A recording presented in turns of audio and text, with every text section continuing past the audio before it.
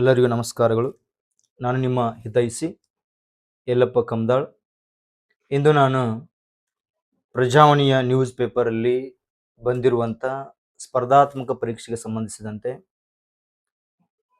ಕೆಲವು ಪ್ರಮುಖ ಟಾಪಿಕ್ಸ್ಗಳನ್ನು ನಿಮ್ಮ ಮುಂದೆ ಡಿಸ್ಕಷನ್ ಮಾಡ್ತೀನಿ. ಮೋಸ್ಟ್ ಇಂಪಾರ್ಟೆಂಟ್ ಟಾಪಿಕ್ಸ್ ಅವು, ಎಕ್ಸಾಮ್ನಲ್ಲಿ ಬರುವಂಥ ಚಾನ್ಸಸ್ ತುಂಬ ಇದಾವೆ. ಸೊ ಹಾಗಾಗಿ ಅವುಗಳನ್ನು ತಿಳಿದುಕೊಳ್ಳೋದು ಅತಿ ಅವಶ್ಯಕವಾಗ್ತದೆ ಅನ್ನುವಂಥದ್ದು. ಫಸ್ಟ್ ನಾವು ನೋಡೋಣ. ಫಸ್ಟ್ ನೋಡಿ, ನ್ಯೂಸ್ ಪೇಪರಲ್ಲಿ ಇದು ಫ್ರಂಟ್ ಪುಟದಲ್ಲಿ ಇರುವಂಥದ್ದು ಏನಪ್ಪ ಅಂತಂತಂದಾಗ ಜುಲೈ 1ರಿಂದ VBG ರಾಮ್ಜಿ ಜಾರಿ ಮಾಡ್ತಾರಂತೆ ಕೇಂದ್ರ ಸರ್ಕಾರ ಈ ಕಾಯ್ದೆಯನ್ನು ಜಾರಿಗೆ ತರ್ತಾ ಇದ್ದಾರೆ. ಮುಂದಿನ ತಿಂಗಳ 1ನೇ ತಾರೀಕು ಈ ಕಾಯ್ದೆಯನ್ನು ಜಾರಿಗೆ ತರ್ತಾ ಇದ್ದಾರೆ. ಹಾಗಾದ್ರೆ ಈ ಕಾಯ್ದೆಯ ಮುಂಚಿನ ಹೆಸರು, ಈ ಮೊದಲ ಹೆಸರು ಯಾವುದಂತ ಗೊತ್ತಿರಬೇಕು. ಈ ಕಾಯ್ದೆಯ ಮುಂಚಿನ ಹೆಸರು ಏನಪ್ಪಾ ಅಂತಂದ್ರೆ ನರೇಗಾ ಕಾಯ್ದೆ ಅಂತ ಹೇಳ್ತಾರೆ. ನರೇಗಾ ಅಥವಾ MG ನರೇಗಾ ಅಂತ ಕರೀತಾರೆ. Mahatma Gandhi rural development program ಅದು. ಸೊ ಈ ಕಾಯ್ದೆಗೂ ಆ ಕಾಯ್ದೆಗೂ ವ್ಯತ್ಯಾಸ ಏನು ಗೊತ್ತಿರಬೇಕು. ಫಸ್ಟ್ ಎಕ್ಸಾಮ್ ಪಾಯಿಂಟ್, ಇದು ಮೋಸ್ಟ್ ಇಂಪಾರ್ಟೆಂಟ್. ಇಡೀ ಒಟ್ಟು ಓದ್ಕೊಳ್ಳೋದು ಅವಶ್ಯಕತೆ ಇಲ್ಲ. ಈ MG ನರೇಗಾ ಪ್ಲಸ್ ಇನ್ನೊಂದು ಈ VG ರಾಮ್ಜಿ ಐತಲ್ಲ, ಸೊ ಅದರ ವ್ಯತ್ಯಾಸಗಳನ್ನು ತಿಳ್ಕೋಬೇಕು. ಹಾಗಾದ್ರೆ ಇವೆರಡು ಕಾಯ್ದೆಯ ಉದ್ದೇಶ ಏನಪ್ಪಾ ಅಂತಂದಾಗ ಗ್ಯಾರಂಟಿ ಕೊಡ್ಲೇಬೇಕಾದಂತ ಕಂಟೆಂಟ್ ಇವು. ಈ ಎರಡೂ ಕಾಯ್ದೆಗಳ ಉದ್ದೇಶ ಏನಂದ್ರೆ ಒಂದೇ ಇರ್ತದೆ. ಉದ್ದೇಶ ಏನಪ್ಪಾ ಅಂತಂದ್ರೆ ನಿರುದ್ಯೋಗವನ್ನ ನಿವಾರಣೆ ಮಾಡುವುದು. ಅದರಲ್ಲೂ ವಿಶೇಷವಾಗಿ ಗ್ರಾಮೀಣ ಭಾಗದಲ್ಲಿ ಎಂಥವರಿಗೆ ಈ ಕಾಯ್ದೆ ಮೂಲಕವಾಗಿ ಉದ್ಯೋಗವನ್ನು ಕಲ್ಪಿಸ್ತಾರಪ್ಪ ಅಂದ್ರ ಕರಕುಶಲ ವ್ಯಕ್ತಿಗಳಿಗೆ ಅಂತಂದ್ರೆ ಕೌಶಲ್ಯ ರಹಿತ ವ್ಯಕ್ತಿಗಳಿಗೆ ಏನ್ ಮಾಡ್ತಾರಪ್ಪ, ಈ ಕಾಯ್ದೆ ಮೂಲಕವಾಗಿ ಉದ್ಯೋಗವನ್ನ ಕೊಡ್ತಾರ ಅನ್ನುವಂಥದ್ದು. ಹಾಗಾಗಿ ಕೇಳ್ತಾರ, MG ನರೇಗವನ್ನ ರದ್ದು ಮಾಡಿ ಯಾವ ಒಂದು ಕಾಯ್ದೆಯನ್ನ ಗ್ರಾಮೀಣ ಭಾಗದಲ್ಲಿ ಉದ್ಯೋಗವನ್ನು ಸೃಷ್ಟಿ ಮಾಡಲು, ಉದ್ಯೋಗವನ್ನ ಕೊಡಲು, ನಿರುದ್ಯೋಗವನ್ನು ನಿವಾರಣೆ ಮಾಡಲು ಜಾರಿಗೆ ತಂದಿದೆ ಅಂತ ಕೇಳಿದಾಗ ಡೈರೆಕ್ಟ್ ಹಿಟ್ ಅಂಡ್ ರನ್ ಇರುವಂತ ಒಂದು ಕಂಟೆಂಟ್ ಏನಪ್ಪಾ ಅಂತಂದ್ರ VBG ರಾಮ್ಜಿ ಅನ್ನುವಂತ ಕಾಯ್ದೆ ಅನ್ನುವಂಥದ್ದು. ಹಾಗಾದ್ರೆ ಇದರ ಒಂದು ವ್ಯತ್ಯಾಸಗಳನ್ನ ನೋಡ್ಬಿಡೋಣ. ಫಸ್ಟ್ ಇದನ್ನ ನೋಡ್ಕೋಬೇಕು. ಇದನ್ನ ಹೆಡ್ಡಿಂಗ್ ನೋಡಿದಾಗ ನಿಮ್ಗೆ ಗೊತ್ತಾಗ್ಬೇಕು. ಇಲ್ಲಿ ಅಷ್ಟು ಓದ್ಕೊಂಡು ಕುಂತ್ ಬಿಡ್ತಾರೆ ನೀವು. ಬಟ್ ಇದೊಂದು ಪಾಯಿಂಟ್ಸ್ ನೆನ್ಪಿಟ್ಕೋಬೇಕಾಗತ್ತ. ಇಲ್ಲಿ ಕೊಟ್ಟಿದ್ದಾರೆ ನೋಡ್ರಿ, ಏನ್ ಕೊಟ್ಟಿದಾರಪ್ಪ ಅಂತಂದ್ರ ಜುಲೈ 1 ಅನ್ನೋದು ಇದು ಕೂಡ ಗೊತ್ತಿರಬೇಕು. ಯಾವ ಇಲಾಖೆ ಇದನ್ನ ಜಾರಿಗೆ ತರದ್ರೆ ಗ್ರಾಮೀಣಾಭಿವೃದ್ಧಿ ಇಲಾಖೆ ಅನ್ನೋದು ಇದು ಮೋಸ್ಟ್ ಇಂಪಾರ್ಟೆಂಟ್. ಈ ಇಲಾಖೆ ಇದು ಯಾವ ಸರ್ಕಾರ, ರಾಜ್ಯ ಸರ್ಕಾರದ ಕಾಯ್ದೆನಾ ಅಥವಾ ಕೇಂದ್ರ ಸರ್ಕಾರದ ಕಾಯ್ದೆ ಗೊತ್ತಿರ್ಬೇಕು. ಇದು ಕೇಂದ್ರ ಸರ್ಕಾರದ ಕಾಯ್ದೆ ಆಗಿರ್ತದೆ ಅನ್ನುವಂಥದ್ದು.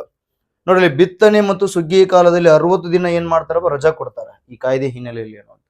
ಹಾಗಾಗಿ ಆ ಕಾಯ್ದೆಗೂ ಆ ಕಾಯ್ದೆ ವ್ಯತ್ಯಾಸವನ್ನು ನೋಡಿಬಿಟ್ರೆ ನಿಮ್ಗ ವಿಷಯ ಗೊತ್ತಾಗ್ತದೆ ಅನ್ನುವಂಥದ್ದು. ನೋಡ್ರಿ, MG ನರೇಗಾ ಇದೆ ಒಂದ್ ಕಡೆ, ಇನ್ನೊಂದ್ ಕಡೆ ಏನಿದೆಯಪ್ಪ ಅಂತಂದ್ರ VBG ರಾಮ್ಜಿ ಅನ್ನುವಂಥದ್ದು ಯೋಜನೆ ಇದೆ ಅನ್ನುವಂಥದ್ದು. ನೋಡಿ, ಇಲ್ಲಿ ಫಸ್ಟ್ ನೀವು ತಿಳ್ಕೊಬೇಕಾದದ್ದು ಪಾಯಿಂಟ್ಸ್ ಏನಪ್ಪಾ ಅಂತಂದಾಗ ಇವೆರಡರ ವ್ಯತ್ಯಾಸ ಗೊತ್ತಿರಬೇಕು. IAS KAS ಆಗಿರ್ಬೋದು, C ಗ್ರೂಪ್ ಆಗಿರ್ಬೋದು, ಏನೆಲ್ಲ ಎಕ್ಸಾಮ್ ನಡೀತಾವಲ್ಲ ಇದ್ರ ಮೇಲೆ ಒಂದು ಕ್ವಶನ್ಸ್ ಡೆಫಿನೆಟ್ಲಿ ಬರ್ತದೆ.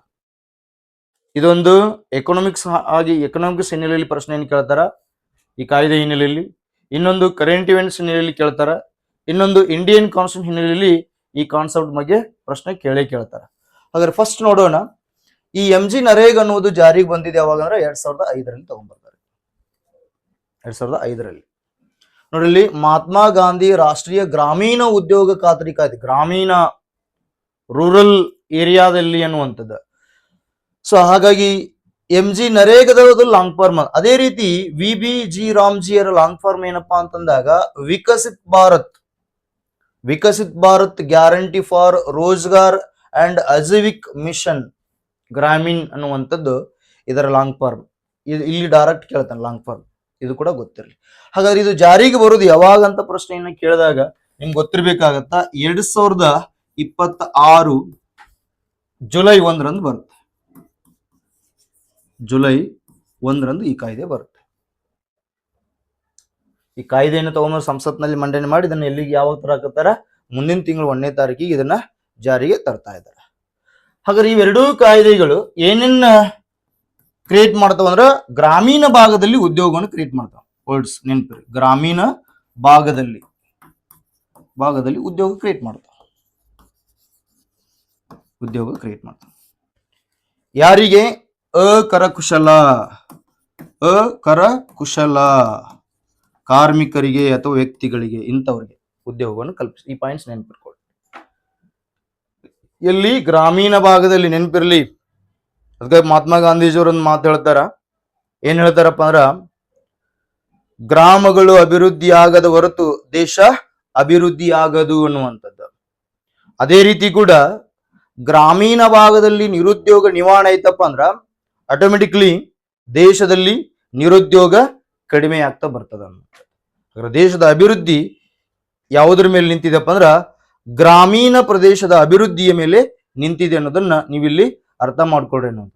ಹಾಗಾದ್ರೆ ಈ ಕಾಯ್ದೆ ಇಂಡಿಯನ್ ಕಾನ್ಸ್ಟಿಟ್ಯೂಷನ್ ನಲ್ಲಿ ಯಾವ ಭಾಗದಲ್ಲಿ ಇದನ್ನ ಕನೆಕ್ಷನ್ ತಗೋಬಹುದಪ್ಪ ಅಂತಂದಾಗ ಗ್ರಾಮೀಣ ಭಾಗದಲ್ಲಿ ಉದ್ಯೋಗನ ಕ್ರಿಯೇಟ್ ಮಾಡೋದೊಂದು ಕಂಟೆಂಟ್ ಬಂದಂತದ. ಸೊ ದಟ್ ಈಸ್ ಎಲ್ಲಿಯಪ್ಪ ಅಂತಂದ್ರ ಸಂವಿಧಾನದಲ್ಲಿ ಪಾರ್ಟ್ 4 ಬರ್ತದ ನೋಡ್ರಿ. ಭಾಗ 4ರಲ್ಲಿ, ಸಂವಿಧಾನ ಭಾಗ 4ರಲ್ಲಿ DPSP ಅಂತ ಬರ್ತದೆ. DPSP direct principle state policy ಅಂತ ಬರುತ್ತೆ. ರಾಜ್ಯ ನಿರ್ದೇಶಕ ತತ್ವಗಳಂತ ಬರ್ತದೆ. ಈ ರಾಜ್ಯ ನಿರ್ದೇಶಕ ತತ್ವಗಳಲ್ಲಿ ಒಂದು ಪ್ರಿನ್ಸಿಪಲ್ ಇದೆ. ಏನಿದೆಪ್ಪ ಅಂದ್ರ ವೆಲ್ಫೇರ್ ಸ್ಟೇಟ್ ಅನ್ನೋದು ಪ್ರಿನ್ಸಿಪಲ್ ಇದೆ. ವೆಲ್ಫೇರ್ ಸ್ಟೇಟ್ ಅನ್ನುವಂಥದ್ದು ಪ್ರಿನ್ಸಿಪಲ್ ಇದೆ. ಕಲ್ಯಾಣ ರಾಜ್ಯದ ಪರಿಕಲ್ಪನೆ. ಈ ಕಲ್ಯಾಣ ರಾಜ್ಯದ ಪರಿಕಲ್ಪನೆಯನ್ನ ಜಾರಿಗೆ ತರಬೇಕಿತ್ತಪ್ಪ ಅಂದ್ರೆ ಜನರ ಕಲ್ಯಾಣ ಆಗ್ಬೇಕು, ಜನರ ಅಭಿವೃದ್ಧಿ ಆಗ್ಬೇಕು. ಅದರಲ್ಲಿ ವಿಶೇಷವಾಗಿ ಗ್ರಾಮೀಣ ಭಾಗದ ಜನರ ಅಭಿವೃದ್ಧಿ ಆಗ್ಬೇಕು. ಹಾಗಾಗಿ ಅವ್ರಿಗೇನು ಒದಗಿಸ್ಕೊಡ್ಬೇಕು? ಉದ್ಯೋಗನ ಒದಗಿಸ್ಕೊಡ್ಬೇಕು, ಮೂಲಭೂತ ಸೌಕರ್ಯಗಳನ್ನು ಒದಗಿಸ್ಕೊಡ್ಬೇಕು, ಮಿನಿಮಮ್ ಬೇಸಿಕ್ ನೀಡನ್ನ ಒದಗಿಸ್ಕೊಡ್ಬೇಕು ಅನ್ನುವಂಥದ್ದು. ಹಾಗಾಗಿ ಮಿನಿಮಮ್ ಬೇಸಿಕ್ ನೀಡ್ ಆಗಿರ್ಬೋದು, ಮೂಲಭೂತ ಸೌಕರ್ಯಗಳಾಗಿರ್ಬೋದು, ಅಟ್ಲೀಸ್ಟ್ ಒಂದ್ ಹೊತ್ತು ಊಟ ಮಾಡ್ಲಿಕ್ಕಾದ್ರೂ ಅವರಿಗೆ ಊಟ ಬೇಕಲ್ಲ, ಊಟ ಬೇಕಿದ್ರೆ ದುಡ್ಡನ್ನು ಬೇಕಲ್ಲ.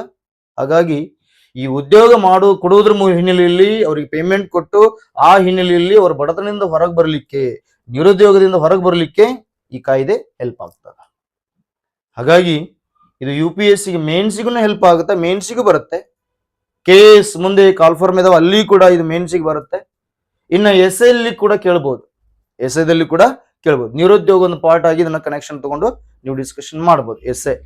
ASIಗೆ ನೀವು ಓದ್ತಿರಲ್ಲ, ಸ್ಟಡಿ ಮಾಡ್ತಿರಲ್ಲ, ಅಲ್ಲಿ ಕೂಡ ಈ ಕಾಯ್ದೆ ಕನೆಕ್ಷನ್ ತಗೋಬೇಡಿ, ಈ ಕಾಯ್ದೆಯನ್ನ ಕನೆಕ್ಷನ್ ಅನ್ನ ತಗೋಬಹುದು ಅನ್ನುವಂಥದ್ದು. ಇಲ್ಲಿ ಬರೋಣ ವ್ಯತ್ಯಾಸ ನೋಡಿ. ಇಲ್ಲಿ ಈ ಪಾರ್ಟ್ 4ನೇ ಪಾರ್ಟ್ ನಿಮ್ಗೆ ಗೊತ್ತಿರಬೇಕು. ವೆಲ್ಫೇರ್ ಸ್ಟೇಟ್ ಅನ್ನೋದು ಪರಿಕಲ್ಪನೆ ಗೊತ್ತಿರಬೇಕು. ಜೊತೆಗೇನೆ ಗ್ರಾಮೀಣ ಭಾಗದಲ್ಲಿ ಏನ್ ಮಾಡ್ತಾರೆ? ಇದು ನಿರುದ್ಯೋಗವನ್ನ ನಿವಾರಣೆ ಮಾಡ್ಲಿಕ್ಕೆ ಜಾರಿಗೆ ತಂದಿರುವಂತದ್ದು.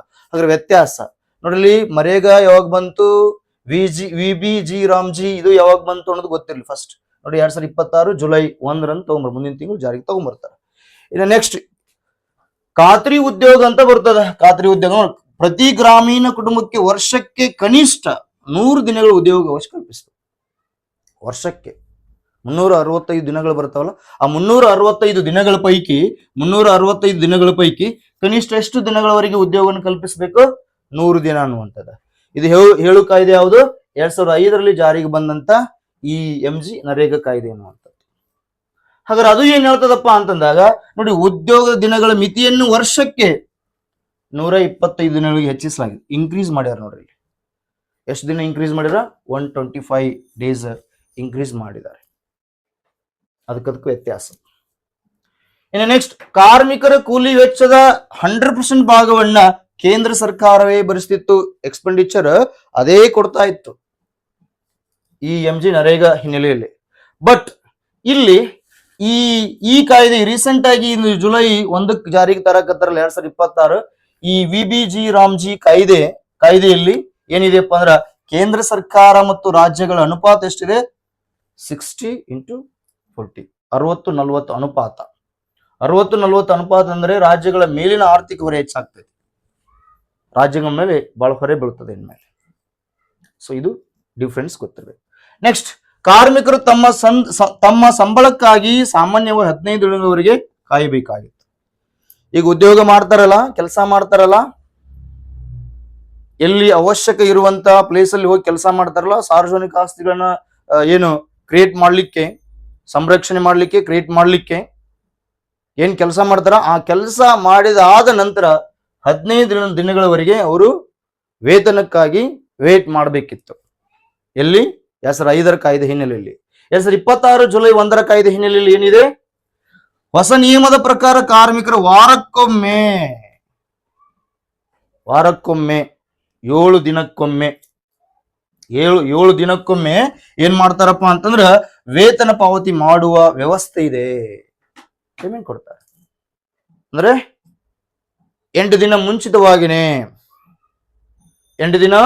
ಮುಂಚಿತವಾಗಿನೇ ನಿಮ್ಗೆ ಏನ್ ಮಾಡೋದು ಪೇಮೆಂಟ್ ಕೊಡ್ತಾರೆ. ಅದಕ್ಕೆ ಹೋಲಿಕೆ ಮಾಡಿದ್ರೆ ಅನ್ನೋದನ್ನ ನೀವು ಇಲ್ಲಿ ಅರ್ಥ ಮಾಡ್ಕೊಡ್ರಿ. ಇನ್ನು ನೆಕ್ಸ್ಟ್, ವರ್ಷದ ಯಾವುದೇ ಸಮಯದಲ್ಲಿ ಕೆಲಸ ನಿಯಮ ಇರುವುದಿಲ್ಲ, ನಿಲ್ಲಿಸುವ ನಿಯಮ ಇರಲ್ಲ, ಸ್ಟಾಪ್ ಇಲ್ಲ. ಇಲ್ಲಿ ಯಾವಾಗ ಬೇಕಾದರೂ 100 ದಿನಗಳನ್ನ ಕೊಡಬಹುದು. ಅವರು ಯಾವಾಗ ಬೇಕಾದರೂ 100 ದಿನಗಳವರೆಗೆ ಕೆಲಸವನ್ನ ಕೊಡಬಹುದು. ಬಟ್ ಈ ಹೊಸ ಕಾಯ್ದೆ ಹಿನ್ನೆಲೆಯಲ್ಲಿ ಕೃಷಿ ಕೆಲಸಗಳ ಸಮಯದಲ್ಲಿ ಕಾರ್ಮಿಕರ ಕೊರತೆಯಾಗದಂತೆ ತಡೆಯಲು ವರ್ಷದಲ್ಲಿ ಗರಿಷ್ಠ 60 ದಿನಗಳ ಕಾಲ ಯೋಜನೆಗೆ ವಿರಾಮವನ್ನ ನೀಡುತ್ತಾರೆ. ಮೋಸ್ಟ್ ಇಂಪಾರ್ಟೆಂಟ್ ನೋಡಿ. ಯಾಕಂದ್ರೆ ಗ್ರಾಮೀಣ ಭಾಗದಲ್ಲಿ ಅಗ್ರಿಕಲ್ಚರ್ ಆಕ್ಟಿವಿಟೀಸ್ ಬಹಳ ಐತಿ. ಗ್ರಾಮೀಣ ಭಾಗದಲ್ಲಿ ಅಗ್ರಿಕಲ್ಚರ್ ಆಕ್ಟಿವಿಟೀಸ್ ಬಹಳ ಇರುವುದರಿಂದನೇ ಈಗ ನೈಋತ್ಯ ಮಾನ್ಸೂನ್ ಬೀರ್ತದ, ಮುಂಗಾರು ಮಳೆ ಬರ್ತದ, ಅವಾಗ ಅಗ್ರಿಕಲ್ಚರ್ ಆಕ್ಟಿವಿಟೀಸ್ ಸ್ಟಾರ್ಟ್ ಆದಂತ ಸಂದರ್ಭದಲ್ಲಿ ಅಲ್ಲಿ ನಿರುದ್ಯೋಗ ಇರುವುದಿಲ್ಲ. ಆ ಸಂದರ್ಭದಲ್ಲಿ ಸುಗ್ಗಿಯ ಕಾಲದಲ್ಲಿ ಇರುವುದಿಲ್ಲ, ಅವರಿಗೆ ನಿರುದ್ಯೋಗ ಸಮಸ್ಯೆ ಇರುವುದಿಲ್ಲ, ಉದ್ಯೋಗ ಕ್ರಿಯೇಟ್ ಇರ್ತದಲ್ಲಿ. ಅಂತ ಸಂದರ್ಭದಲ್ಲಿ ಬ್ಯಾಡ ಅಂತಂದು ಏನ್ ಮಾಡಿದ್ರೆ ಕ್ಯಾನ್ಸಲ್ ಮಾಡಿದ್ದಾರೆ. ಎಷ್ಟು ದಿನಗಳವರೆಗೆ? 60 ದಿನ ಅಂತಂದಾಗ 2 ತಿಂಗಳ ಕಾಲ ಏನ್ ನೋಡಿದ್ರೆ ರಜಾ ಇರ್ತದೆ. ಈ ಪಾಯಿಂಟ್ಸ್ ಕೂಡ ನಿಮ್ಗ ನೆನಪಿರ್ಲಿ ಅನ್ನುವಂಥದ್ದು. ಎಸ್, ನೆಕ್ಸ್ಟ್ ಇನ್ನೊಂದು ಪಾಯಿಂಟ್ ಏನಪ್ಪಾ ಅಂದ್ರ ಇದು ಬೇಡಿಕೆ ಆಧಾರಿತವಾಗಿತ್ತು, ಡಿಮಾಂಡ್ ಡ್ರೈವನ್ ಅನ್ನುವಂಥದ್ದು. ಬೇಡಿಕೆ ಆಧಾರಿತವಾಗಿತ್ತು. ಗ್ರಾಮೀಣ ಭಾಗದಲ್ಲಿ ಕೆಲಸಕ್ಕೆ ಬೇಡಿಕೆ ಹೆಚ್ಚಾದಂತೆ ಕೇಂದ್ರವು ಹೆಚ್ಚಿನ ಹಣ ನೀಡುತ್ತಿತ್ತು. ನೋಡಿಲ್ಲಿ, ಬೇಡಿಕೆ ಡಿಮಾಂಡ್ ಬೇಸ್ಡ್ ಇತ್ತಿದ್ದು ಕಂಟೆಂಟ್. ಇದು ನಿಗದಿತ ಅನುದಾನ ಮಾದರಿ ಕೇಂದ್ರವು ಪ್ರತಿ ರಾಜ್ಯಕ್ಕೆ ಇಂತಿಷ್ಟು ಹಣ ಎಂದು ಮೊದಲೇ ನಿಗದಿಪಡಿಸುತ್ತದೆ. ಹೆಚ್ಚುವರಿ ವೆಚ್ಚವನ್ನ ರಾಜ್ಯ ಸರ್ಕಾರವೇ ಭರಿಸಬೇಕು. ನೋಡಿ ಇಲ್ಲಿ ಎಷ್ಟು ಬದಲಾವಣೆ ಮಾಡಿದ್ದಾರೆ ಅಂದ್ರ ಈ ಪಾಯಿಂಟ್ಸ್ ಏನನ್ನ ಇಂಡಿಕೇಶನ್ ಕೊಡ್ತದಪ್ಪ ಅಂತಂದಾಗ ಇಡೀ ಇಂಡಿಯಾದಲ್ಲಿಯೇ ಹೈಯೆಸ್ಟ್ ಕರಪ್ಷನ್ ನಡೀತಾ ಇರುವಂತ ಒಂದು ಕಾಯ್ದೆ ಯೋಜನೆ ಏನಾದ್ರೂ ಇತ್ತಪ್ಪ ಅಂದ್ರ ಅದು MG ನರೇಗಾ ಕಾಯ್ದೆ ಅನ್ನುವಂಥದ್ದು. ಅಲ್ಲಿ ಗ್ರಾಮ ಪಂಚಾಯತ್ ಅಧ್ಯಕ್ಷರು, PDO ಎಲ್ಲರೂ ಏನ್ ಮಾಡ್ತಿದ್ರಪ್ಪ ಅಂತಂದ್ರೆ ಈ ಸಾರ್ವಜನಿಕ ಆಸ್ತಿಗಳನ್ನ ನಿರ್ಮಾಣ ಮಾಡುವ ಸಂದರ್ಭದಲ್ಲಿ ಕೇಂದ್ರ ಸರ್ಕಾರ ಅತಿ ಹೆಚ್ಚಿನ ಪ್ರಮಾಣದಲ್ಲಿ ಅನುದಾನ ಬಿಡುಗಡೆ ಮಾಡ್ತಾ ಇತ್ತು. ಆ ಬಿಡುಗಡೆ ಆದಂತ ಅನುದಾನವನ್ನ ಅಭಿವೃದ್ಧಿ ಕೆಲಸಗಳಿಗೆ ಅಲ್ಲಿ ಬಳಸ್ತಿರ್ಲಿಲ್ಲ. ಅವ್ರು ಏನ್ ಮಾಡ್ತಾ ಇದ್ರು, ತಮ್ಮ ಸ್ವಂತ ಅಭಿವೃದ್ಧಿಗೋಸ್ಕರ ಆ ದುಡ್ಡನ್ನ ಬಳಸ್ಕೊಳ್ತಾ ಇದ್ರು. ಹಾಗಾಗಿ ಅತಿ ಹೆಚ್ಚಿನ ಪ್ರಮಾಣದಲ್ಲಿ ಭ್ರಷ್ಟಾಚಾರ ಆಗ್ತಾ ಇತ್ತು. ಆ ಭ್ರಷ್ಟಾಚಾರವನ್ನ ಕಂಟ್ರೋಲ್ ಮಾಡುವ ಸಲುವಾಗಿ ಏನ್ ಮಾಡ್ಯಾರಪ್ಪ ಅಂತಂದಾಗ ಅಲ್ಲಿ ನಿಗದಿಪಡಿಸಿದ ಅನುದಾನವನ್ನೇ ಇಂತಿಷ್ಟು ಕೊಡ್ಬೇಕಂತಂದು ಪರ್ಟಿಕ್ಯುಲರ್ ಆಗಿ ಈ ಮೊದಲೇ ಏನ್ ಮಾಡೋದು ಪ್ಲಾನ್ ಮಾಡಿ ಕೊಟ್ಬಿಡ್ತಾರೆ. ಬಟ್ ಅಲ್ಲಿ ಹಂಗಿರ್ಲಿಲ್ಲ, ಡಿಮಾಂಡ್ ಬೇಸ್ಡ್. ಈ ವರ್ಷ ಜಾಸ್ತಿ ಬೇಕು ಅಮೌಂಟ್ ಅಂದ್ರೆ ಕೊಡ್ಬೇಕಾಗತ್ತೆ, ಡಿಮಾಂಡ್ ಬೇಸ್ಡ್ ಇತ್ತದು. ಹಾಗಾಗಿ ಸೊ ಇಲ್ಲಿ ಭ್ರಷ್ಟಾಚಾರನ ಕಂಟ್ರೋಲ್ ಮಾಡುವಂತ ವ್ಯವಸ್ಥೆ ಈ ಹೊಸ ಕಾಯ್ದೆಯಲ್ಲಿ ಇದೆ ಅನ್ನೋದನ್ನ ನೀವಿಲ್ಲಿ ಅರ್ಥ ಮಾಡ್ಕೊಡ್ರಿ. ಎಸ್, ನೆಕ್ಸ್ಟ್, ಈ ಸಾಂಪ್ರದಾಯಿಕ ವ್ಯವಸ್ಥೆಯನ್ನ ಹಾಜರಾತಿ ಮತ್ತು ಮೂಲಭೂತ ಡಿಜಿಟಲ್ ವ್ಯವಸ್ಥೆ ಇತ್ತು. ನೋಡಿ, ಟ್ರೆಡಿಷನಲ್ ಹಾಜರಾತಿ ತಗೊಳ್ತಾ ಇದ್ರು, ಈಗ ಡಿಜಿಟಲ್ ವ್ಯವಸ್ಥೆ ಕೂಡ ಬಂದಿತ್ತು. ರೀಸೆಂಟ್ ಆಗಿ ಡಿಜಿಟಲ್ ವ್ಯವಸ್ಥೆ ಕೂಡ ಬಂದಿತ್ತು. ಯಾರು ಕೆಲ್ಸಕ್ಕೆ ಬರ್ತಾರ, ಕರೆಕ್ಟ್ ಆಗಿ ಬೆಳಗ್ಗೆಯಿಂದ ಸಂಜೆವರೆಗೆ ಕೆಲಸ ಮಾಡ್ತಾರ ಇಲ್ಲ, ಎಲ್ಲಾ ಹಾಜರಾತಿ ಕೂಡ ಇಲ್ಲಿ ತಗೊಳ್ತಾ ಇದ್ರು ಅನ್ನುವಂಥದ್ದು. ಬಟ್ ಇತ್ತೀಚಿನ ಅವಧಿಯಲ್ಲಿ ಏನ್ ಮಾಡ್ಯಾರ, ಪಾರದರ್ಶಕವಾಗಿ ಬಯೋಮೆಟ್ರಿಕ್ ದೃಢೀಕರಣ ಮಾಡಿದಾರ. ಏನ್ ಮಾಡ್ತಾರ, ಒಂದೇ ಕುಟುಂಬದಲ್ಲಿ ಹೋಗಿ ಬಿಡ್ತಾರ ಜನ, ಸಲಿಕೆ ಹಿಡ್ಕೊಂಡು ಗುದ್ಲಿ ಹಿಡ್ಕೊಂಡು ಕುಂದಿರ್ತಾರ. ಯಾರು ಆಫೀಸರ್ ಬಂದಾಗ ಅವ್ರ ಮುಂದೆ ಕೆಲಸ ಮಾಡ್ದಂಗ ಮಾಡ್ತಾರ. ಅವ್ರು ಹೋದ ನಂತರ ಏನ್ ಮಾಡ್ತಾರಪ್ಪ ಅಂದ್ರ ಮನಿಗೆ ಹೋಗುದು ಅಥವಾ ಎತ್ತುಗಳಿಗೆ ನೀರ್ ಕುಡ್ಸಕ್ ಹೋಗುದು, ಈ ತರ ಕೆಲಸಗಳನ್ನು ಮಾಡಕ್ ಸ್ಟಾರ್ಟ್ ಮಾಡ್ತಾ ಇದ್ರು. ಅದಕ್ಕೋಸ್ಕರನೇ ಆ ಸಾರ್ವಜನಿಕ ಆಸ್ತಿ ನಿರ್ಮಾಣ ಮಾಡುವ ಸಂದರ್ಭದಲ್ಲಿ ಯಾರಿಗೆ ಉದ್ಯೋಗವನ್ನು ಕೊಟ್ಟಿರ್ತಾರ ಅವರು ಸಂಪೂರ್ಣವಾಗಿ ಅದರೊಳಗೆ ತೊಡಗಿಸಿಕೊಳ್ಬೇಕು, ಹಾಜರಿರಬೇಕು ಅನ್ನುವ ದೃಷ್ಟಿಯಿಂದ ಏನ್ ಮಾಡಿದ್ರ, ಸೈನ್ಸ್ ಅಂಡ್ ಟೆಕ್ನಾಲಜಿಯನ್ನ ಇಲ್ಲಿ ಅಳವಡಿಸಿಕೊಳ್ಳದ ಪಾರದರ್ಶಕವಾಗಿ ಬಯೋಮೆಟ್ರಿಕ್ ವ್ಯವಸ್ಥೆಯನ್ನ ಅಲ್ಲಿ ಇನ್ಕ್ಲೂಡ್ ಮಾಡಿದ್ದಾರೆ ಅನ್ನೋದನ್ನ ನೀವಿಲ್ಲಿ ಅರ್ಥ ಮಾಡ್ಕೋರಿ ಅನ್ನುವಂಥದ್ದು. ಹಾಗಾಗಿ ಈ ಪಾಯಿಂಟ್ಸ್ ಮುಖ್ಯವಾಗಿ ನೆನ್ಪಿಟ್ಕೊಳ್ಳೇಬೇಕು. ಯಾಕಂದ್ರ ಇದು ಡೆಫಿನೆಟ್ಲಿ ಎಕ್ಸಾಮ್ ಕೇಳೇ ಕೇಳ್ತಾನೆ. ಯಾಕಂದ್ರೆ ಈ ಪಾಯಿಂಟ್ಸ್ ಈ ಟಾಪಿಕ್ ಇಲ್ಲಿದೆ, ಮರೇಗ ಟಾಪಿಕ್ ಕವರ್ ಆಗಿದೆ, ಮತ್ತ ಇಲ್ಲಿ VBG ರಾಮ್ಜಿ ಟಾಪಿಕ್ ಕೂಡ ಕವರ್ ಆಗಿದೆ ಅನ್ನೋದನ್ನ ಅರ್ಥ ಮಾಡ್ಕೊಡಿ. ಡೆಫಿನೆಟ್ಲಿ ಇದು ಕ್ವಶನ್ಸ್ ಬಂದೇ ಬರ್ತದ. ಇವತ್ತಿನ ಕರೆಂಟ್ ಇವೆಂಟ್ಸ್ ಇದು, ಇವತ್ತಿನ ಕರೆಂಟ್ ಇವೆಂಟ್ಸ್ ಅನ್ನುವಂಥದ್ದು ನೋಡಿ. ಮುಂದಿನ ತಿಂಗಳು ಇದು ಬರ್ತದ, ಮುಂದಿನ ತಿಂಗಳು ಈ ಟಾಪಿಕ್ ಬರ್ತದ, ಜುಲೈ 1ನೇ ತಾರೀಕು ಈ ಟಾಪಿಕ್ ಬರ್ತದ. ಹಾಗಾಗಿ ಇದು ಇಂಪಾರ್ಟೆಂಟ್ ಆಗ್ತದ, ಇದನ್ನ ನೆನ್ಪಿಟ್ಕೊಳ್ರಿ ಅನ್ನೋದು. ಎಸ್, ಮುಂದಿನ ಕರೆಂಟ್ ಇವೆಂಟ್ಸ್ಗೆ ಹೋಗೋಣ. ನೆಕ್ಸ್ಟ್ ಬರ್ದಾರ ನೋಡ್ರಿ, ಬೆಂಗಳೂರಿನಲ್ಲಿ ಇಲ್ಲ ವಿಜಯೋತ್ಸವ ಅಂತ ಕೇಳ್ತಾ ಇದ್ದಾರೆ. ಏನು ವಿಜಯೋತ್ಸವ ಅಂತಂದಾಗ ಕಪ್ ನಮ್ದೇ ಎನ್ನುವಂಥದ್ದು ಘೋಷವಾಕ್ಯದ ಹಿನ್ನೆಲೆಯಲ್ಲಿ RCBಯ ಮ್ಯಾಚ್ ಅನ್ನ ಕರ್ನಾಟಕ ಅಷ್ಟೇ ಅಲ್ಲ ಇಡೀ ಇಂಡಿಯಾ ಅಷ್ಟೇ ಅಲ್ಲ, ಇಡೀ ವಿಶ್ವದ ತುಂಬೆಲ್ಲ ಏನು ವಿಜೃಂಭಣೆಯಿಂದ ಇಂಡಿಯನ್ ಪ್ರೀಮಿಯರ್ ಲೀಗ್ ಕ್ರಿಕೆಟ್ ಅನ್ನ ನಾವು ಏನ್ ಮಾಡಿದ್ವಿ, ಎಂಜಾಯ್ಮೆಂಟ್ ಅನ್ನ ಮಾಡಿದೀವಿ ಅನ್ನುವಂಥದ್ದು. ನೋಡಿ, ಒಂದೇ ಒಂದು ಶಬ್ದ ಎಷ್ಟು ಜನಪ್ರಿಯವಾಗಿತ್ತಪ್ಪ ಅಂತಂದಾಗ, ಕಪ್ ನಮ್ದೇ, ಈ ಸಲ ಕಪ್ ನಮ್ದೇ ಎನ್ನುವಂಥದ್ದು. ಈ ಸಲ ಕಪ್ ನಮ್ದೇ ಎನ್ನುವಂಥದ್ದು RCB ಫ್ಯಾನ್ಗಳು ಆ ವರ್ಡ್ ಅನ್ನ ಯೂಸ್ ಮಾಡ್ತಾ ಇದ್ರು. RCB ಫ್ಯಾನ್ಗಳಿಗೆ ಆಗ್ಲಾರ್ದಂತ ವ್ಯಕ್ತಿಗಳು ಏನ್ ಮಾಡ್ತಾ ಇದ್ರು, ವ್ಯಂಗ್ಯವಾಗಿ ಟೀಕೆ ಹಿನ್ನೆಲೆಯಲ್ಲಿ ಈ ಸಲ ಕಪ್ ನಮ್ದೇ ಅಂತಂದು ಸ್ಟೇಟಸ್ ಅನ್ನ ಹಾಕ್ತಾ ಇದ್ರು. ಬಟ್ ಸತತವಾಗಿ 2 ಸರಿ RCB ಕಪ್ ಅನ್ನ ಜಯಿಸಿದೆ ಎನ್ನುವಂಥದ್ದು. ಹಾಗಾಗಿ ಆ ಕಪ್ ಅನ್ನ ಜಯಿಸಿದೆಯಲ್ಲ, ಆ ಕಪ್ ಅನ್ನ ಪಡೆದಿದೆಯಲ್ಲ, ಅದರ ಸಂಭ್ರಮಾಚರಣೆಯನ್ನ ಬೆಂಗಳೂರಿನ ಏನು ಸ್ಟೇಡಿಯಂನಲ್ಲಿ, ಕ್ರಿಕೆಟ್ ಸ್ಟೇಡಿಯಂನಲ್ಲಿ ಆಚರಣೆ ಮಾಡ್ಲಿಕ್ಕೆ ಅವಕಾಶ ಕೊಟ್ಟಿಲ್ಲ. ಯಾಕೆ ಕೊಟ್ಟಿಲ್ಲಪ್ಪ ಅಂದ್ರೆ, ಹೋದ ವರ್ಷ RCB ಗೆಲುವನ್ನು ಪಡೆದಾಗ ಅಲ್ಲಿ ತುಂಬಾ ಸಡಗರ ಸಂಭ್ರಮದಿಂದ ಆಚರಣೆ ಮಾಡುವಂತ ಸಂದರ್ಭದಲ್ಲಿ ಏನಾಯ್ತಪ್ಪ ಅಂತಂದಾಗ, ಅಲ್ಲಿ ಕಾಲು ತುಳಿತಕ್ಕೆ ಒಳಪಟ್ಟು ಎಷ್ಟು ಜನ ಮೃತಪಟ್ಟಿದ್ರಪ್ಪ ಅಂತಂದ್ರ ಸುಮಾರು 11 ಜನ ಏನ್ ಮಾಡಿದ್ರು, ಮೃತಪಟ್ಟಿದ್ರು. ಇದು ರಾಜ್ಯ ಸರ್ಕಾರಕ್ಕೆ ಮುಖಭಂಗವಾಗಿತ್ತು. 11 ಜನ ಸುಮ್ಮನೆ ಪ್ರಾಣವನ್ನು ಕಳ್ಕೊಂಡ್ರು. ಹಾಗಾಗಿ ಇಲ್ಲಿ ಎಕ್ಸಾಮ್ ಪಾಯಿಂಟ್ ನಿಮ್ಗೆ ಏನ್ ಬೇಕಪ್ಪ ಅಂತಂದಾಗ, RCB ಎನ್ನುವಂಥದ್ದು ಎಷ್ಟು ಸರಿ ಏನ್ ಮಾಡಿದೆಪ್ಪ ಅಂತಂದಾಗ, ಈ IPL ಪ್ರೀಮಿಯರ್ ಲೀಗ್ ಅನ್ನ ಕಿರೀಟವನ್ನ 2 ಸರಿ ಪಡೆದಪ್ಪ ಅಂತಂದಾಗ 2 ಸರಿ ಅಂತ ನಿಮ್ಗೆ ಗೊತ್ತಿರಬೇಕು. 2025 2026 ಇದು ಗೊತ್ತಿರ್ಬೇಕು. ಫಸ್ಟ್ ಒಂದ್ ಪಾಯಿಂಟ್. ಇನ್ನೊಂದು ಪಾಯಿಂಟ್, ಇದು ಅಷ್ಟು ಓದ್ಕೊಂಡ್ ಕುಂದ್ರಬಾರ್ದು. ಅದ್ರಲ್ಲಿ ಪಾಯಿಂಟ್ ಏನ್ ಗೊತ್ತಿರ್ಬೇಕು, ಅಷ್ಟೇ ಎಕ್ಸಾಮ್ ಪಾಯಿಂಟ್ ನಮ್ಗೆ ಗೊತ್ತಿರ್ಬೇಕು. ಏನು ಈ ವಿಜಯೋತ್ಸವ ಯಾಕೆ ಈ ತರ ಮಾಡ್ಯಾರಪ್ಪ ಅಂತಂದಾಗ, ಅಲ್ಲಿ 11 ಜನ ಮೃತಪಟ್ಟಿದ್ರು. ಈ 11 ಜನ ಕಾಲು ತುಳಿತಕ್ಕೆ ಒಳಗಾಗಿದ್ದಾರಲ್ಲ, ಅಲ್ಲಿ ಸುವ್ಯವಸ್ಥೆಯನ್ನು ಕಲ್ಪಿಸಿಲ್ಲ. ಅದಕ್ಕೆ ಕಾರಣ ಯಾರು ಅಂತಂದು ಪತ್ತೆ ಹಚ್ಚುವ ಸಲುವಾಗಿ ಒಂದು ಕಮಿಟಿಯನ್ನ ನೇಮಕ ಮಾಡಿದ್ರು. ಆ ಕಮಿಟಿ ಹೆಸರು ಏನಪ್ಪ, ಮೈಕಲ್ ಕುನ್ನಾ ಕಮಿಟಿ.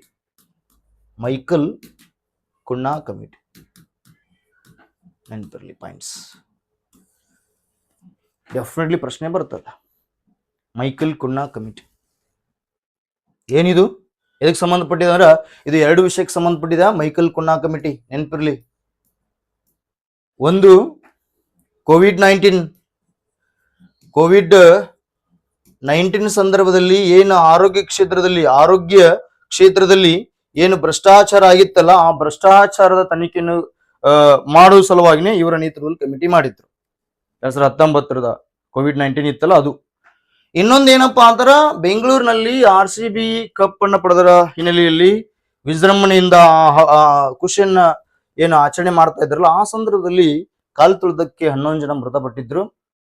ಈ ಘಟನೆಗೆ, ದುಃಖ ಕೇಂದ್ರದ ಘಟನೆಗೆ ಕಾರಣವಾದವರು ಯಾರು ಎಂಬುದನ್ನು ಕಂಡುಹಿಡಿಯುವ ಸಲುವಾಗಿನೇ ಯಾರ ನೇತೃತ್ವದಲ್ಲಿ ಕಮಿಟಿಯನ್ನು ನೇಮಕ ಮಾಡಿದ್ರಪ್ಪ ಅಂದ್ರ ಮೈಕಲ್ ಕುನ್ನಾ ಕಮಿಟಿ. ಎಸ್, ಈ ಪಾಯಿಂಟ್ಸ್ ನೆನಪಲ್ಲಿ. ಎಲ್ಲರೂ RCBಗೆ ಮ್ಯಾಚ್ ಯಾರು ಪಡೆದ್ರು, ಯಾರು ರನ್ನರ್ ಆದ್ರು, ಎಲ್ಲರಿಗೂ ಗೊತ್ತಿರ್ತದ. ಆದ್ರೆ ಎಕ್ಸಾಮ್ ಪಾಯಿಂಟಿಗೆ ಏನ್ ಬೇಕು ಅನ್ನೋದನ್ನ ಗೊತ್ತಿರಲಿ. ಮೈಕಲ್ ಕುನ್ನಾ ಕಮಿಟಿ ಅನ್ನೋದು ನೀವು ನೆನಪಿಟ್ಕೊಳ್ಳೇಬೇಕು. ಈಗ ವಿಷಯಕ್ಕೆ ಬಂದ್ಬಿಡೋಣ. ನೋಡಿಲಿ, ಈ ಒಂದು IPL ಟೂರ್ನಮೆಂಟ್ 19ನೇ ಆವೃತ್ತಿ ಹೌದಲ್ಲ, ಇದು 19ನೇ ಆವೃತ್ತಿ ಟೂರ್ನಮೆಂಟ್ ಆಗಿರುತ್ತದ. ಸೊ ಹಾಗಾಗಿ ಈ ಹಿನ್ನೆಲೆಯಲ್ಲಿ ಯಾರು ಹೈಯೆಸ್ಟ್ ರನ್ ಅನ್ನ ಮಾಡಿರ್ತಾರಲ್ಲ, ಅವರಿಗೆ ಯಾವ ಕ್ಯಾಪ್ ಅನ್ನ ನೀಡ್ತಾರಪ್ಪ ಅಂದ್ರ ಆರೆಂಜ್ ಕ್ಯಾಪ್ ಅನ್ನ ನೀಡ್ತಾರೆ. ಯಾರಿಗೆ ಸಿಕ್ಕತ್ತಿದು? 15 ವರ್ಷದ ಪೌರ, ನವಯುವಕ, ತಾರುಣ್ಯಾವಸ್ಥೆಯಲ್ಲಿರುವಂತವ, ಸಾಹಸಮಯ ವ್ಯಕ್ತಿತ್ವವನ್ನು ಹೊಂದಿದಂತ ವ್ಯಕ್ತಿತ್ವ ಯಾರಪ್ಪ ಅಂದ್ರ ವೈಭವ ಸೂರ್ಯವಂಶಿ ಅನ್ನುವಂಥದ್ದು. ಅವರಿಗೆ ಆರೆಂಜ್ ಕ್ಯಾಪ್ ಅನ್ನ ಕೊಟ್ಟಿದ್ದಾರೆ. ಯಾವ ಒಂದು ತಂಡದಲ್ಲಿ? ಅವರು ರಾಜಸ್ಥಾನ್ ರಾಯಲ್ಸ್ ತಂಡದಲ್ಲಿ ಅವ್ರು ಏನ್ ಮಾಡ್ತಾ ಇದ್ರು, ಆಡ್ತಾ ಇದ್ರು ಅನ್ನುವಂಥದ್ದು. ಎಷ್ಟು ರನ್ ಹೊಡೆದಾರ ಅವರು? 776 ರನ್ನ ಬಾರಿಸಿದ್ದಾರೆ ಅನ್ನೋದನ್ನ ನೀವು ಇಲ್ಲಿ ಅರ್ಥ ಮಾಡ್ಕೊಡಿ. ಈ ಪಾಯಿಂಟ್ಸ್ ನಿಮ್ಗೆ ನೆನಪಲ್ಲಿ. ಇವ್ರದ್ದು ಕೇಳ್ತಾನೆ ಕ್ವಶನ್ಸ್ ಡೆಫಿನೆಟ್ಲಿ ಬರ್ತದ ನೋಡಿ. ಯಾಕಂದ್ರೆ ಅತ್ಯಂತ ಕಡಿಮೆ ವಯಸ್ಸಿನಲ್ಲಿ ಅತ್ಯಂತ ಸಾಹಸಮಯವಾದಂತ ಕ್ರಿಕೆಟ್ ಕ್ರೀಡೆಯ ತಾಕತ್ತು ಏನೆಂಬುದನ್ನ ತೋರಿಸ್ಕೊಟ್ಟಿದ್ದಾರೆ. ಯಾರು? ವೈಭವ ಸೂರ್ಯವಂಶಿ ಅನ್ನುವಂಥದ್ದು. ಇನ್ನು ಪರ್ಪಲ್ ಕ್ಯಾಪ್ ಯಾರಿಗೆ ಕೊಟ್ಟಾರಪ್ಪ ಅಂದ್ರ ಕಗಿಸೋ ರಬಾಡಾ ಅವರಿಗೆ ಕೊಟ್ಟಿದ್ದಾರೆ. ಯಾವ ತಂಡದಲ್ಲಿ? ಗುಜರಾತ್ ಟೈಟಾನ್ಸ್. ಯಾಕೆ ಕೊಡ್ತಾರಪ್ಪ ಅಂದ್ರೆ ಅತಿ ಹೆಚ್ಚು ವಿಕೆಟ್ ಪಡೆದವರಿಗೆ ಕೊಡ್ತಾರೆ. 29 ವಿಕೆಟ್ ಅನ್ನ ಪಡೆದಿದ್ದಾರೆ ಅವರು. ಸೊ ಹಾಗಾಗಿ ಅವರಿಗೆ ಪರ್ಪಲ್ ಕ್ಯಾಪ್ ಅನ್ನ ನೀಡಿದ್ದಾರೆ ಅನ್ನುವಂಥದ್ದು. ಇನ್ನ ಮೋಸ್ಟ್ ವ್ಯಾಲ್ಯೂಯೇಬಲ್ ಪ್ಲೇಯರ್ ಅಂತಂದು ನೋಡಿ, ತುಂಬಾ ಮೌಲ್ಯಯುತವಾದ ಆಟಗಾರ ಅಂತಂದು ಕೂಡ ಪ್ರಶಸ್ತಿ ಹೋಗಿದೆ. ಯಾರಿಗೆ? ವೈಭವ ಸೂರ್ಯವಂಶಿಗನಿಗೆ ಹೋಗಿದೆ ಅನ್ನುವಂಥದ್ದು. ಅಂದ್ರೆ ಸರಣಿ ಶ್ರೇಷ್ಠ ಪ್ರದರ್ಶನ ಮಾಡಿದಾರ ಅವ್ರು. ಒಂದೊಂದ್ಸರಿ 97 ಹೊಡೆದಾರ, ಒಂದೊಂದ್ಸರಿ 96 ಹೊಡೆದಾರ. ನೋಡ್ರಿ, ಸೆಂಚುರಿ ಆಗೋ ಸಂದರ್ಭದಲ್ಲಿ ಔಟ್ ಆಗ್ತಾ ಇದ್ರು ಅನ್ನುವಂಥದ್ದು. ಅಂದ್ರೆ ಅವ್ರಿಗೆ ಸೆಂಚುರಿ ಹೊಡಿಬೇಕು, ನಾ ಹಾಫ್ ಸೆಂಚುರಿ ಮಾಡಬೇಕು, ವೈಯಕ್ತಿಕವಾಗಿ ನನ್ನ ಹೆಸರನ್ನ ಇತಿಹಾಸದಲ್ಲಿ ಸೇರಿಸಬೇಕು ಅನ್ನುವಂಥದ್ದು ಆಸೆ ಇರಲಿಲ್ಲ. ಒಟ್ನಲ್ಲಿ ನಾವು ಅತಿ ಹೆಚ್ಚು ರನ್ ಪಡಿಬೇಕು ಅನ್ನುವಂಥ ಬರದಲ್ಲಿ ಏನ್ ಮಾಡಿದ್ರು, 97 ರನ್ ಆ ಸಂದರ್ಭದಲ್ಲಿ ಬಂದ್ರೂ ಕೂಡ ಆ ಸಂದರ್ಭದಲ್ಲಿ ತುಂಬಾ ಜಾಗರೂಕತೆಯಿಂದ ಆಟ ಆಡ್ತಿರ್ಲಿಲ್ಲ. ಬೇಸೇ ಬಿಡ್ತಿದ್ದ. ಮೊದಲ 15 ವರ್ಷ ಸಾಹಸಮಯ ವ್ಯಕ್ತಿತ್ವವನ್ನು ಹೊಂದಿದವರು ಅನ್ನುವಂಥದ್ದು. ಹಾಗಾಗಿ ಅವ್ರಿಗೆ ಏನಂತ ಕೊಟ್ಟಾರಪ್ಪ, ಮೋಸ್ಟ್ ವ್ಯಾಲ್ಯೂಬಲ್ ಪ್ಲೇಯರ್ ಅಂತಂದ ಸ್ಥಾನಮಾನವನ್ನು ನೀಡ್ಯಾರ. ಯಾರಿಗೆ? ವೈಭವ ಸೂರ್ಯವಂಶಿ ಅನ್ನುವಂಥದ್ದು. ಇನ್ನ ಎಮರ್ಜೆನ್ಸ್ ಪ್ಲೇಯರ್ ಅಂತಂದು ಕೊಟ್ಟಿದ್ದಾರೆ. ಯಾರಪ್ಪ ಅಂತಾರ ನೋಡ್ಲಿ, ಅವಾಗ ವೈಭವ ಸೂರ್ಯವಂಶಿ ಅನ್ನೋದು ರಾಜಸ್ಥಾನ್ ರಾಯಲ್ಸ್ ತಂಡ ಉದಯೋನ್ಮುಖ ಆಟಗಾರ ಪ್ರಶಸ್ತಿ. ಮತ್ತ ಡೆಫಿನೆಟ್ಲಿ ಇದು ಕೂಡ ಗ್ಯಾರಂಟಿ ಕ್ವಶನ್ಸ್ ಬರುತ್ತಿದೆ. ವೈಭವ ಸೂರ್ಯವಂಶಿಗೆ ಎಷ್ಟು ಏನ ಕಿರೀಟ ಬಂದಿದಾವ ನೋಡ್ರಿ ಇಲ್ಲಿ. ಎಮರ್ಜೆನ್ಸಿ ಪ್ಲೇಯರ್ ಇದೆ, ಮೋಸ್ಟ್ ವ್ಯಾಲ್ಯೂಬಲ್ ಪ್ಲೇಯರ್ ಇದಾನೆ, ಆರೆಂಜ್ ಕ್ಯಾಪ್ ಕೂಡ ಅವರಿಗೆ ಸಿಕ್ಕಿದೆ ಅನ್ನುವಂಥದ್ದು. ಇನ್ನು ಫೈನಲ್ ಪಂದ್ಯದ ಶ್ರೇಷ್ಠ ಆಟಗಾರ ಯಾರಪ್ಪ? ವಿರಾಟ್ ಕೊಹ್ಲಿ ಅನ್ನುವಂಥದ್ದು. RCB ಫೈನಲ್ ಅಜಯ 75 ರನ್ ಹೊಡೆದಿದ್ದಾರೆ ಅನ್ನೋದನ್ನ ಎಷ್ಟು 42 ಎಸೆತದಲ್ಲಿ ಅನ್ನುವಂಥದ್ದು. ಇನ್ನ ಫೇರ್ ಪ್ಲೇ ಪ್ರಶಸ್ತಿಯನ್ನು ಯಾರಿಗೆ ಕೊಟ್ಟಾರ? ಪಂಜಾಬ್ ಕಿಂಗ್ಸ್ ಕೊಟ್ಟಿದ್ದಾರೆ. ಶಿಸ್ತಿನ ಆಟದ ಪ್ರದರ್ಶಿಸಿದ ತಂಡದ ಸ್ಟ್ಯಾಂಡರ್ಡ್ ಮೋಸ್ಟ್ ಡಿಸಿಪ್ಲಿನ್ ಟೀಮ್ ಏನಾದ್ರು ಇತ್ತಪ್ಪ ಅಂದ್ರೆ ಪಂಜಾಬ್ ಕಿಂಗ್ಸ್ ಟೀಮ್ ಅನ್ನುವಂಥದ್ದು. ಇದು ಕೂಡ ಮೋಸ್ಟ್ ಇಂಪಾರ್ಟೆಂಟ್.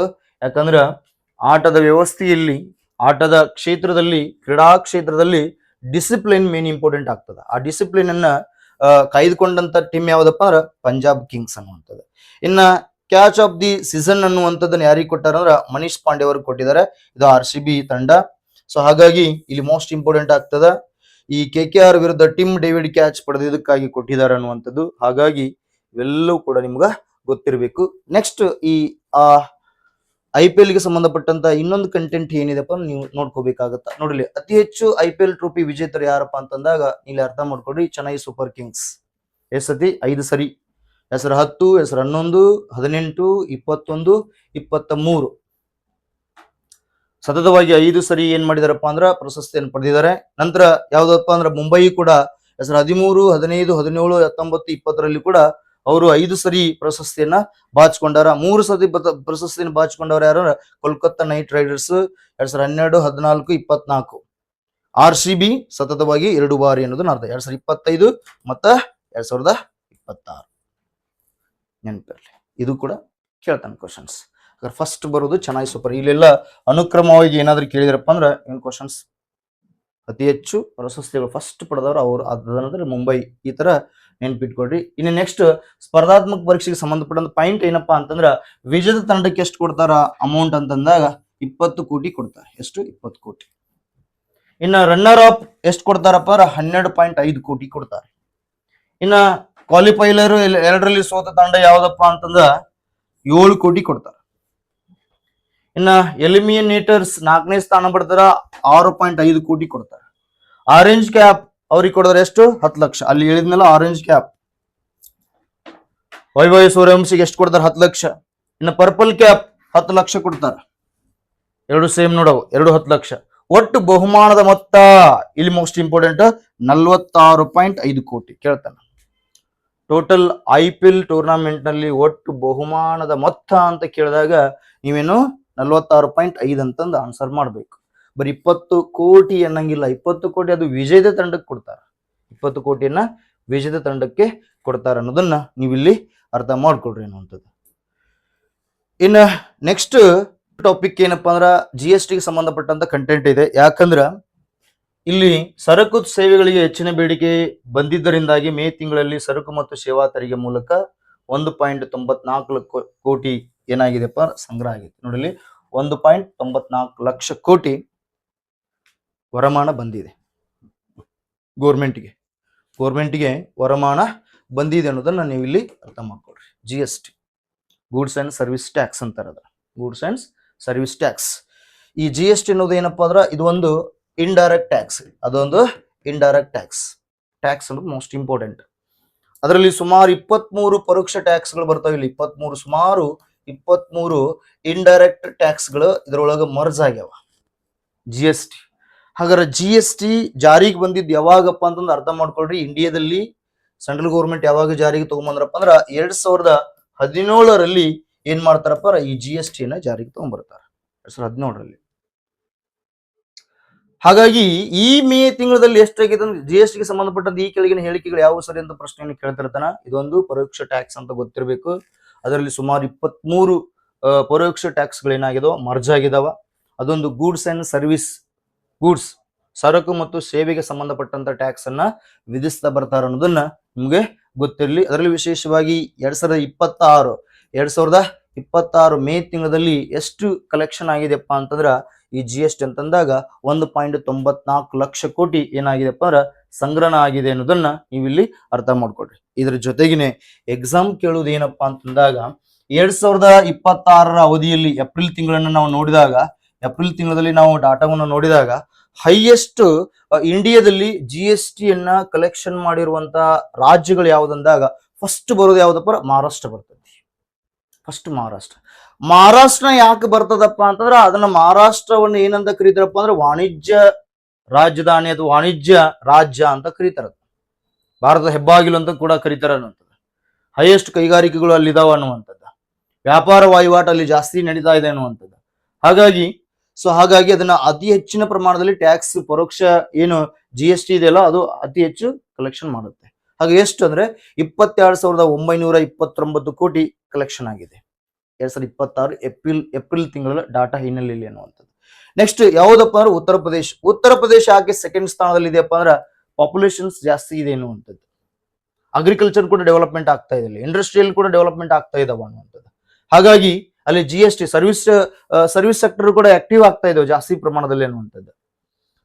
ಮಹಾರಾಷ್ಟ್ರದಲ್ಲಿ ಸರ್ವಿಸ್ ಸೆಕ್ಟರ್, ಇಂಡಸ್ಟ್ರಿಯಲ್ ಸೆಕ್ಟರ್ಸ್ ಆಮೇಲೆ ಪ್ರೈಮರಿ ಸೆಕ್ಟರ್ ತುಂಬಾ ಆಕ್ಟಿವಿಟೀಸ್ ಆಗೋದ್ರಿಂದ ಅಲ್ಲಿ ಆಟೋಮೆಟಿಕ್ಲಿ ಏನಾಗುತ್ತೆ GST ಅನ್ನೋದು ಇನ್ಕ್ರೀಸ್ ಆಗ್ತಾ ಬರ್ತದೆ. ಹಾಗಾಗಿ ಮಹಾರಾಷ್ಟ್ರ ಫಸ್ಟ್, ಸೆಕೆಂಡ್ ಉತ್ತರ ಪ್ರದೇಶ ಯಾಕಪ್ಪ ಪಾಪ್ಯುಲೇಷನ್ ಜಾಸ್ತಿ ಇದೆ, ಡಿಮಾಂಡ್ ಜಾಸ್ತಿ ಆಗತ್ತ. ಡಿಮಾಂಡ್ ತಕ್ಕಂತೆ ಪ್ರೊಡಕ್ಷನ್ ಆಗ್ಬೇಕಾಗತ್ತ. ಪ್ರೊಡಕ್ಷನ್ ಆಗ್ಬೇಕಿತ್ತಪ್ಪ ಅಂದ್ರೆ ಅಲ್ಲಿ ಎಲ್ಲಾ ರೀತಿಯಾದಂತ ವ್ಯವಸ್ಥೆ ಚೆನ್ನಾಗಿರ್ಬೇಕು, ಅಲ್ಲಿ ಚೆನ್ನಾಗಿದೆ. ಹಾಗಾಗಿ ಉತ್ತರ ಪ್ರದೇಶ ಸೆಕೆಂಡ್ ಸ್ಥಾನದಲ್ಲಿದೆ ನೋಡಿ. ಈ ಮೊದಲು GST ಕಲೆಕ್ಷನ್ ಮಾಡುವುದರಲ್ಲಿ 2ನೇ ಸ್ಥಾನ ಯಾವ್ದಿತ್ತಪ್ಪ ಅಂದ್ರೆ ಕರ್ನಾಟಕ ರಾಜ್ಯ ಇತ್ತು. ಆ ಕರ್ನಾಟಕ ರಾಜ್ಯವನ್ನು ಸೈಡ್ ಹೊಡೆದು ಯಾವ್ದು ಬಂದಿದೀಗೆ ಉತ್ತರ ಪ್ರದೇಶ ಬಂದಿದೆ. ಎಷ್ಟು 10,178 ಕೋಟಿ ಏನ್ ಮಾಡ GST ಕಲೆಕ್ಷನ್ ಮಾಡಿದೆ 2026 ಏಪ್ರಿಲ್ ತಿಂಗಳ ಡಾಟಾವನ್ನು ನೋಡಿದಾಗ. ಇನ್ನ ಥರ್ಡ್ ಅಲ್ಲಿ ಬರೋದು ಯಾವ್ದಪ್ಪ ಕರ್ನಾಟಕ 9,958 ಕೋಟಿ ರೂಪಾಯಿಗಳನ್ನ ಕಲೆಕ್ಷನ್ ಮಾಡ್ಕೊಂಡಿದೆ. ಯಾವುದು ಕರ್ನಾಟಕ ಯಾಕಪ್ಪ ಸರ್ವಿಸ್ ಸೆಕ್ಟರ್ ಆಕ್ಟಿವಿಟಿ ಇದೆ, ಇಲ್ಲಿ ಇಂಡಸ್ಟ್ರಿಯಲ್ ಕೂಡ ಆಕ್ಟಿವಿಟೀಸ್ ಇದೆ, ಸರ್ವಿಸ್ ಸೆಕ್ಟರ್ ಆಕ್ಟಿವಿಟೀಸ್ ಇದೆ. ಯಾಕಂದ್ರ ಇಲ್ಲಿ ಸಾಫ್ಟ್ವೇರ್ ಉದ್ಯಮ ಡೆವಲಪ್ಮೆಂಟ್ ಇದೆ ಇಲ್ಲಿ. ಹಾಗಾಗಿ ಇದು ಕೂಡ ಏನ್ ಮಾಡ್ತಾ ಇದಪ್ಪ ಅಂದ್ರ ನಮ್ಮ ಒಂದು ದೇಶಕ್ಕೆ GST ಅನ್ನು ಕಲೆಕ್ಟ್ ಮಾಡಿ ಕೊಡುವಂತ 3ನೇ ಸ್ಥಾನದ ರಾಜ್ಯ ಯಾವ್ದಪ್ಪ ಅಂದ್ರ ಕರ್ನಾಟಕ ಅನ್ನೋದು. ಯಾಕಂದ್ರೆ ನೋಡಿ IT ಸೇವಾ ವಲಯದಿಂದ ದೇಶದಲ್ಲಿ 3ನೇ ಅತಿ ದೊಡ್ಡ GST ಕೊಡುಗೆ ಆಗಿದೆ ಅರ್ಥ ನೋಡಿ. IT ಇನ್ಫಾರ್ಮೇಶನ್ ಟೆಕ್ನಾಲಜಿ ಸರ್ವಿಸ್ ಸೆಕ್ಟರ್ಗೆ ಸಂಬಂಧಪಟ್ಟಿದ್ದು. ಹಾಗಾಗಿ ಈ ಕಂಟೆಂಟ್ ನಿಮ್ಗೆ ಗೊತ್ತಿರ್ಲಿ ಅನ್ನೋದು. ನೆಕ್ಸ್ಟ್ 4ನೇ ಸ್ಥಾನದಲ್ಲಿ ಬರೋದು ಯಾವುದು ಗುಜರಾತ್ 9,916 ಕೋಟಿಯನ್ನ ಕಲೆಕ್ಷನ್ ಮಾಡಿದೆ 2026 ಏಪ್ರಿಲ್ ತಿಂಗಳ ಅವಧಿಯಲ್ಲಿ. ಹಾಗಾಗಿ ಕೈಗಾರಿಕಾ ಪ್ರಗತಿಯಲ್ಲಿದೆ, ಅಲ್ಲಿ ಇಂಡಸ್ಟ್ರಿಯಲ್ ಸೆಕ್ಟರ್ ಆಕ್ಟಿವಿಟೀಸ್ ಇದೆ. ಹಾಗಾಗಿ ಅದು 4ನೇ ಸ್ಥಾನದಲ್ಲಿ ಬರ್ತದ ಗುಜರಾತ್ ಅನ್ನುವಂಥದ್ದು. ಇನ್ನ ತಮಿಳುನಾಡು ಅನ್ನೋದು ಬರ್ತದ 8,413 ಕೋಟಿ ಕಲೆಕ್ಷನ್ ಆಗಿದೆ. ಅಲ್ಲಿ ಪ್ರಮುಖ ಉತ್ಪಾದನಾ ಕೇಂದ್ರವಾಗಿದೆ, ಅಲ್ಲಿ ಪ್ರೊಡಕ್ಷನ್ಸ್ ತಾಣವಾಗಿ ಕನ್ವರ್ಟ್ ಆಗಿದೆ ತಮಿಳುನಾಡು ಇತ್ತೀಚಿನ ಅವಧಿಯಲ್ಲಿ.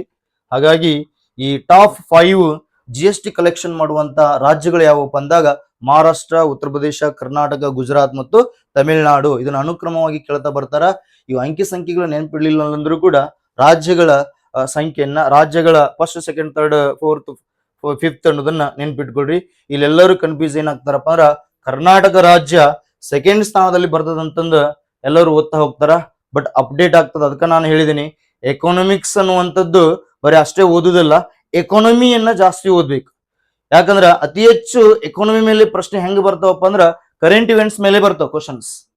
ನೋಡು ಅಪ್ಡೇಟ್ ಆದಾಗ ನಿಮ್ಗ ಏನ್ ಚೇಂಜ್ ಆಗೋದು, ರಿಪ್ಲೇಸ್ಮೆಂಟ್ ಆಗುತ್ತೆ. ಅಲ್ಲಿ ಉತ್ತರ ಪ್ರದೇಶ, ಕರ್ನಾಟಕ 3ನೇ ಸ್ಥಾನಕ್ಕೆ ಬರುತ್ತೆ. ಹಾಗಾಗಿ ಇಷ್ಟು ನೀವು ಅಪ್ಡೇಟ್ ಇದ್ರೆ ಮಾತ್ರ ಒಂದು ಕರೆಂಟ್ ಇವೆಂಟ್ಸ್ ಕವರ್ ಆಗುತ್ತೆ, ಇನ್ನೊಂದು ಎಕನಾಮಿಕ್ಸ್ ಕೂಡ ಕವರ್ ಆಗುತ್ತೆ. ಒಂದಾ ಕಲ್ಲಲ್ಲಿ 2 ಹಕ್ಕಿಗಳು ನೋಡಿಬೇಕು ನೀವು. ಅಂದ್ರೆ ಡೈಲಿ ನೀವು ನ್ಯೂಸ್ ಪೇಪರ್ ಓದ್ಲೇಬೇಕು. ನ್ಯೂಸ್ ಪೇಪರ್ ಅನ್ನ ಬರೀ ಕಾಂಪಿಟೇಟಿವ್ ಉದ್ದೇಶದಿಂದ ಓದ್ಲಿಲ್ಲ ಅಂದ್ರೂ ಪರವಾಗಿಲ್ಲ, ಒಬ್ಬ ಪ್ರಜ್ಞಾವಂತ ನಾಗರಿಕನಾಗಿ ಡೈಲಿ ನ್ಯೂಸ್ ಪೇಪರ್ ಓದ್ಲೇಬೇಕು.